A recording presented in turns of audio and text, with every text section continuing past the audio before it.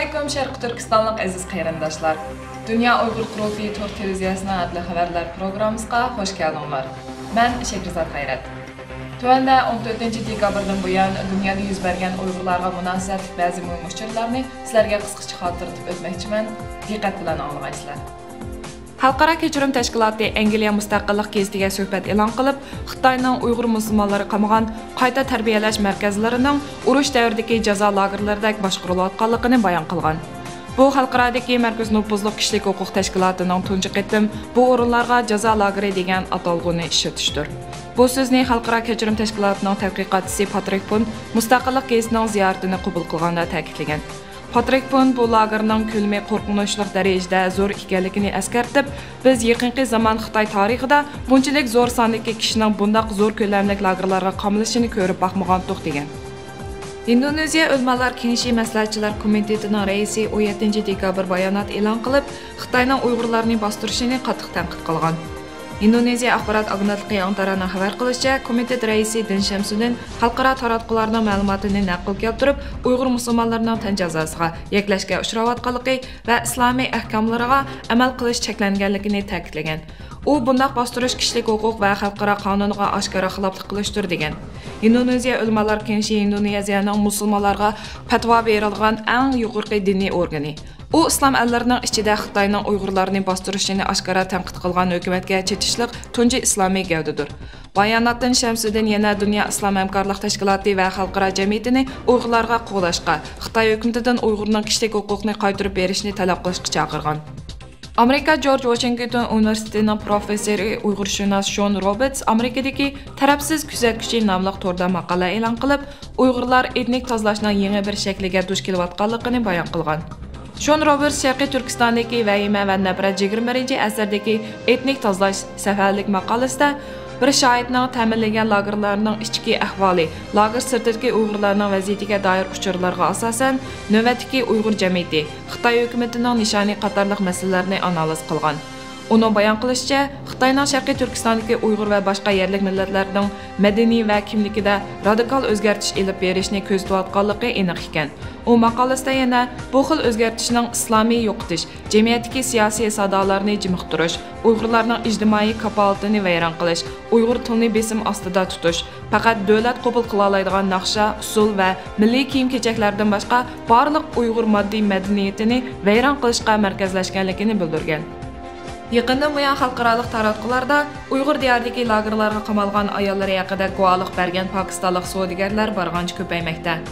Angliya BBC agentligining 14 dekabr kunidagi sonida berilgan Xitoy Xinjiangda Uyg'urlarga qarata yo'qlanbanada tutqun elib bormoqda sarlavhalik xabarida Xitoy doiralari kasbiy tarbiyalash markazlarida taraflayotgan yig'ilish lagerlarga qamalgan millionlagan Uyg'urning amaliyotda bu joylarga majburiy elib berilayotganligi va xo'rlashga uchirganligi haqida 2 nafar pokistonlik tijoratchining o'z beshidan o'tgan kechmishlari orqali isbot berganligini xabar qildi. BBC agentligining ziyoratini qabul qilgan pokistonlik savdogar shoid Zaman va Muhammad Jamil apandilar o'zlarining Xitoyda savdo qilgan mezgilida tijoriy hamkorlik sababidan do'stlik o'rnatgan va keyin to'ylashgan Uyg'ur ayollarining Xitoy soqchilari tarafidan hech qanday sababsizlar majburiy elib ketilganligidan buyon qo'yib berilmaganligini bildirgan. Zulmga uchrayotgan Uyg'urlarning ovozini Turkiya xalqiga va hukumatiga anglatish uchun bir guruh Uyg'urlar 12-oyning 15-kuni Istanbuldan Anqaraga qarab piyoda yo'lga chiqdi.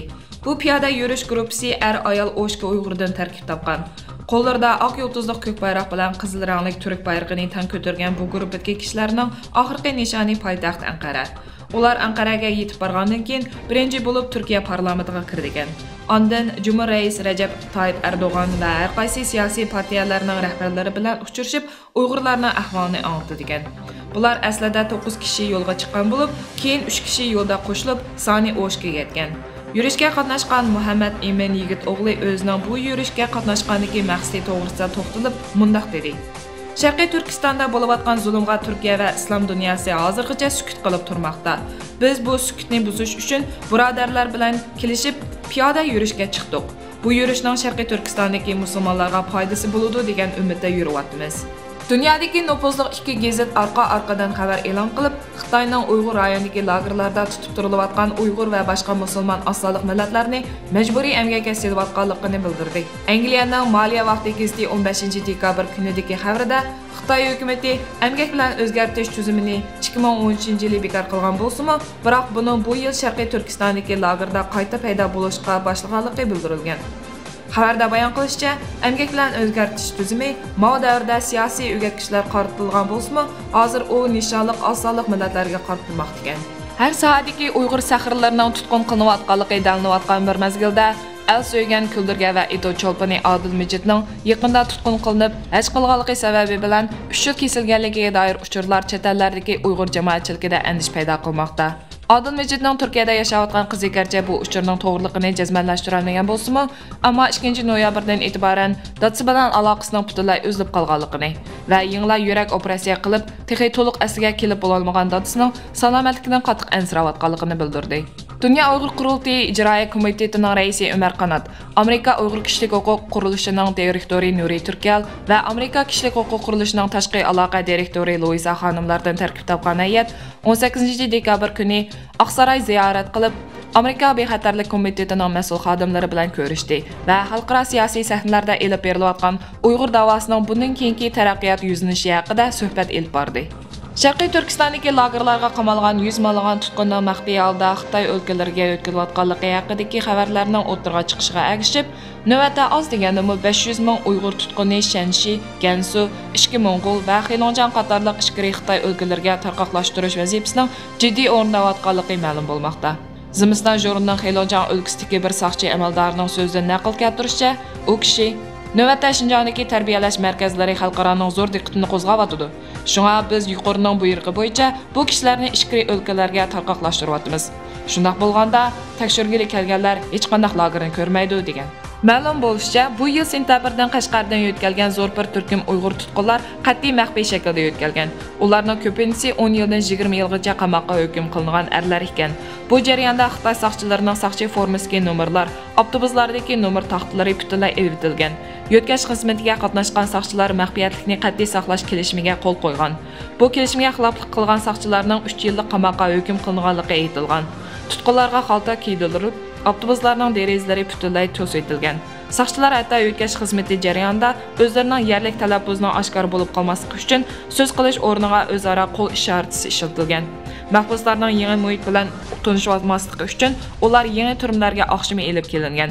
Turmaning ismi, turma ishidagi markaz turmaning qaysi turma ekanligi ko'rsatilgan har qanday belgi belgidek aytilgan.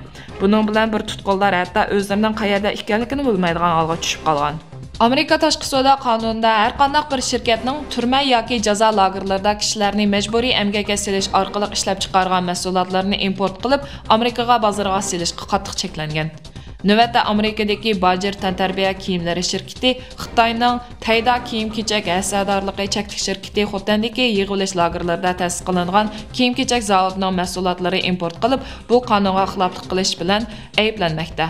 New York vaqti gazeti 17-dekabr kunidagi xabarda Xitoyning Sharqiy Turkistondagi lagerlarda yoki lagerning yanida zavod qurib, lagerdagi tutqunlarni majburiy emgakka selayotganligi, Tayda kiyim-kechak shirkati ana shu qarxonlarning biri ekanligi, Bajer shirkati Taydaning Xotandagi bir lagerda qurilgan zavodining mahsulotlarini import qilib, Amerika bozoriga sotganligi ilgari surgan edi. Bu masala Amerika Davlat Majlisining ba'zi a'zolari Uyg'ur kishilik huquq qonuni loyihasini o'tirg'a qo'yib, Prezident Trump hukumatini Sharqiy Turkistondagi kishilik huquq dafsanchilikka ishtirok qilayotgan amaldorlarni va ularga hamdan bo'layotgan shirkatlarni jazolash talab qilayotgan mezgilda oshkorlandi. Ba'zi kishilik huquq tashkilotlarining ilgari surishicha, xalqaro shirkatining Sharqiy Turkistondagi hodislar bilan munosabati yo'q bo'lsa-mu, ammo ularning mol bilan ta'minlash manbasi qattiq surishtirish majburiyati bor ekan. Turkiyaning har qaysi joylardagi ommaviy tashkilotlar, universitetlar har xil faoliyatlarni uyushtirib, Uyg'urlarning hozirgi og'ir vaziyatini anlatayotgan bugungi kunda Turkiyadagi İYİ partiyasining parlament a'zosi Fahriddin Yo'qish apandimmi 14-dekabr kuni Turkiya parlamentida muxbirlarga bayonot berish yig'ini chaqirib, Sharqiy Turkistondagi jazo lagerlari masalasida Turkiyaning sukutda turib olishini ayblash bilan birlikda Turkiya hukumatini Turkiyadagi Uyg'ur musofirlarga yordam berishga chaqirdi. Yaqindan buyon Sharqiy Turkistondagi zo'r tutqun va siyosiy bostirishga qarshi eng kuchli norozilik sadolarining Malayziyadami chiqayotganligi ma'lum. Malayziyaning muavin tashqi ishlar ministri Datuk Yahyoning bu haqdagi bayonoti buningdagi yana bir kuchli misol deyishga bo'ladi ekan. Malayziyadagi cho'ng gazetlardan bo'lgan Cho'lpon gazeti 18 dekabr xabarida aytilishicha, Malayziya hukumatı izchil har qanday millatga qartilgan har qanday shakldagi zulm va bostirishni qattiq ayblaydiganligini bildirib kelayotgan bo'lib, muavin tashqi ishlar ministri Datuk Yahyo bu masalada Uyg'urlarni alayda misol sifatida tilga olgan. U bu haqda so'z qilib, Uyg'urlarning beshiga kelayotgan kulfatlarga qarshi Malayziya hukumatı o'zining ko'z qarashini hamda tavsiyalarini ifodaladi. Shundaqla Xitoy hukumatini boshqalarning haq va huquqlariga, bo'libmi diniy e'tiqodiga hurmat qilishni chaqirdi degan.